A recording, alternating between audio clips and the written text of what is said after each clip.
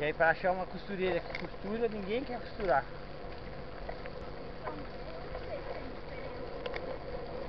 É, o tecido, não, tem pra vender o tecido certo, só que o problema é esse.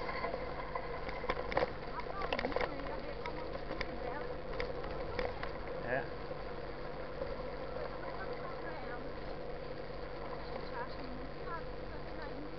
É, estraga, viu? Também estraga, viu? Se for branco, então, ixi.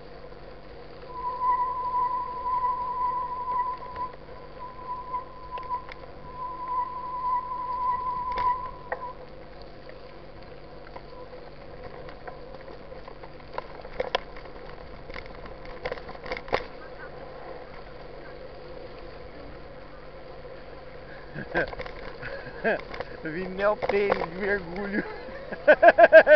Aí pode que tá caindo temporal que for, tá vindo em máscara, pronto. É, então. Vim neoprene na chuva, quer? Só falta o pé de pato.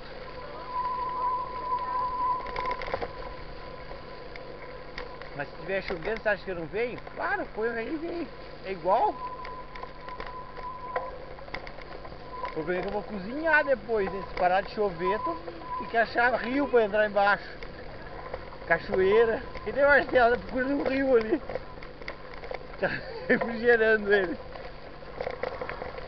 É porque esquenta, hein? Nossa, derrete. Borracha.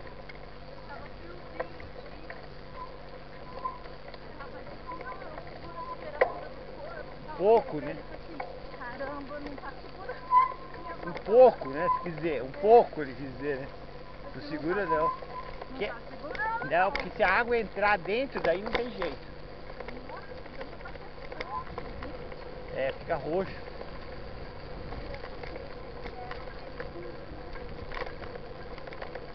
Mas lá? Ah, aqui ainda. Nossa.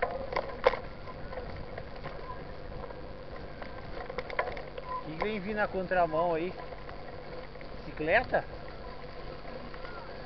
Carro? Moto? Vai que é um farol. Aí é o boa noite. Nem sei quem é, não dá pra enxergar. Aí é Augusto. 2 faróis é ele. Vou por 5. Cega. Esse dia tá brabo. É.